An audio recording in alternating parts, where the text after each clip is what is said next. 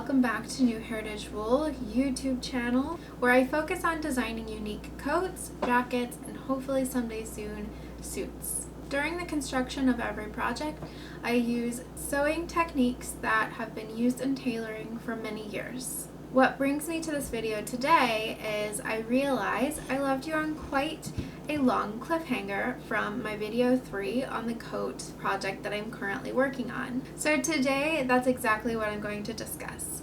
This video is more or less a rant about fitted sleeves and how they can sometimes become a pain in the butt if you don't already have a perfected sleeve cap and arm's eye on your garment. So the few things that I ran into with my sleeve on the original Walden's pattern, not only did it not fit because of all the adjustments I've done already to the jacket, but there were other things included because I did attempt to adjust things on the original pattern before considering making my own pattern from scratch by doing a draft of a just basic sleeve block and then drafting that into a two-piece sleeve. So the original Walden's sleeve pattern in the sleeve cap had more volume towards the back and not the front, which was really interesting since the sketch provided on the pattern looked like a tailored sleeve. So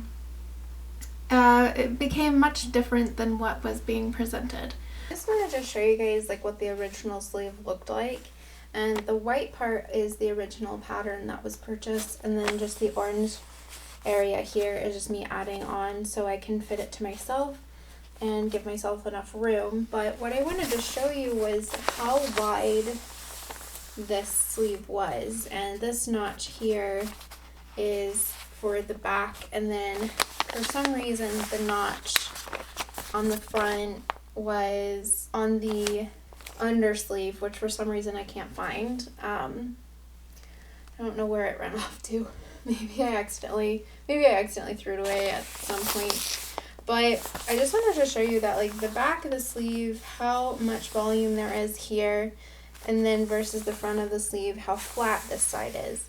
So this area, which is the area that I called a hybrid mutton sleeve, and it was just nearly impossible for me to figure out how to get rid of this volume without affecting this and without affecting the width of my bicep area, because the bicep was fine, there was enough room, but it was just this area up here.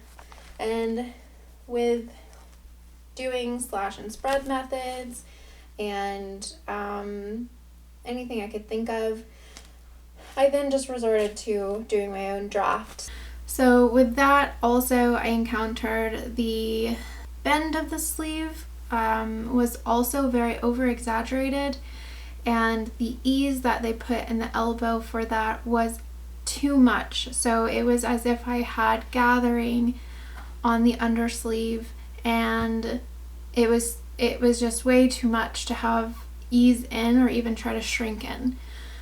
How much bend they put in this jacket, I don't know what they were thinking. I don't think I've ever seen a tailored sleeve that bent, but also their amount of ease from here to here, it was 1 inch of ease, which in my opinion it's a bit too much because you can't really stretch your fabric that much. You might be able to stretch it 3/4 if you're doing a lot of steaming and pulling to get it from point A to point B here, and it was too much.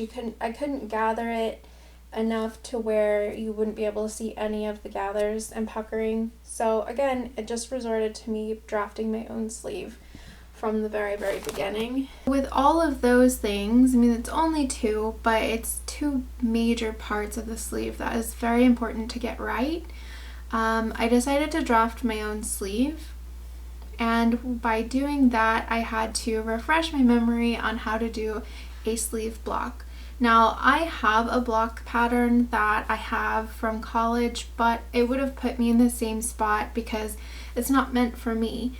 It's I think a standard size 8 or something, so I would still have to do a bunch of sizing up and adjustments to get it to fit into the coat like I want it. So I decided just to start from scratch and refresh my memory on how to draft sleeves. Now, I did a lot of research, meaning a day of just kind of looking through my resources and seeing what I remembered and what I was capable of doing. So after doing a day of research, I then began to draft a sleeve, very basic pattern that's not into the two-piece sleeve yet. And once I accomplished that, I would then convert it into a two-piece sleeve. When I did that, each time I went to go fit the sleeve into my coat, I kept having this same issue. The front of the sleeve would fit fairly good, and then the back would have too much volume. I couldn't figure out why I kept having the same problem. And then it wasn't until I finally figured out what was going on, and it was only because I sat down to read a whole chapter in the book I got from college many years ago. And there is a very small segment telling you what exactly you need to have a really well-fitted sleeve cap, and that was simply your armhole measurement. And that was one thing that all of the videos and resources that I looked up were omitting, and I don't think they probably did it on purpose, but it definitely wasted a lot of time for me, but I'm glad that I found it and so I could share it with you guys.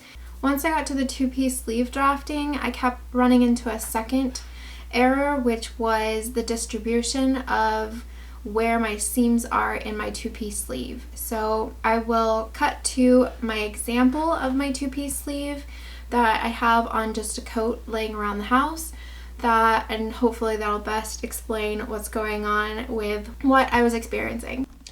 You can tell at least that the curve is actually more flat than what I was originally given in the purchase pattern. So it just goes to show you that, I mean, everyone is fit different, and it definitely pays to just kind of draft your own sleeve if you know how.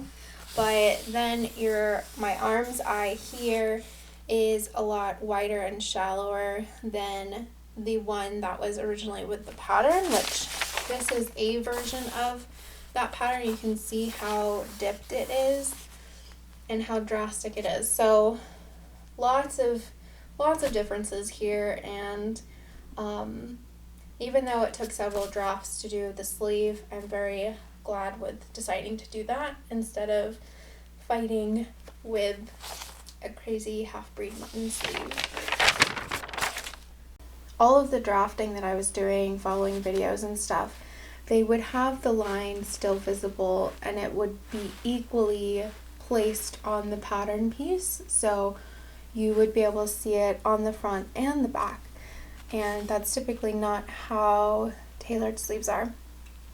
And so I wanted to be able to show you guys like what a really good sleeve looks like. I put this basting stitch in so you guys could see it, because this material is very good at disguising the seams.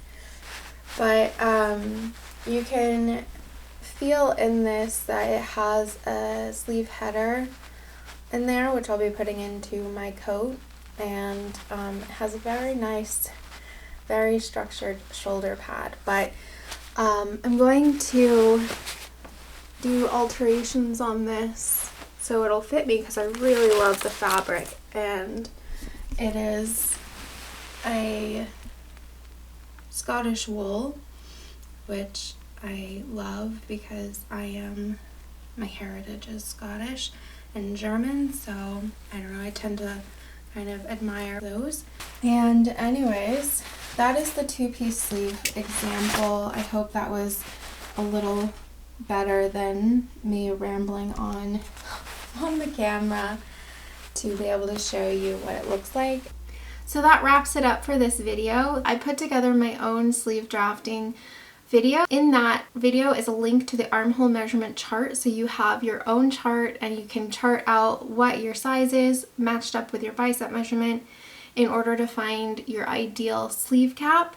And I hope that for you guys it makes the perfect sleeve. So that is my gift to you, and let me know how it goes. I hope it is smooth sailing for you guys. Since I am providing a sleeve drafting video for your basic block, I'm also providing you a two-piece sleeve drafting video, and I hope that one is also a very good video and that you guys all have very good success with making a very beautiful tailored sleeve, because it is my favorite sleeve to see on a coat, because they are just so crisp and clean and very, very nice once they are done correctly. So anyways, that is it for this video. Thank you so much for watching all the way to the end. And if you haven't already, like this video and also subscribe so you are always up to date with what's going on at New Heritage Wool. And if you haven't already, go follow me on Instagram as well. Sometimes I post behind the scenes or just kind of what's going on in my day-to-day life as a designer. So thank you again for watching this video, and I will see you next time.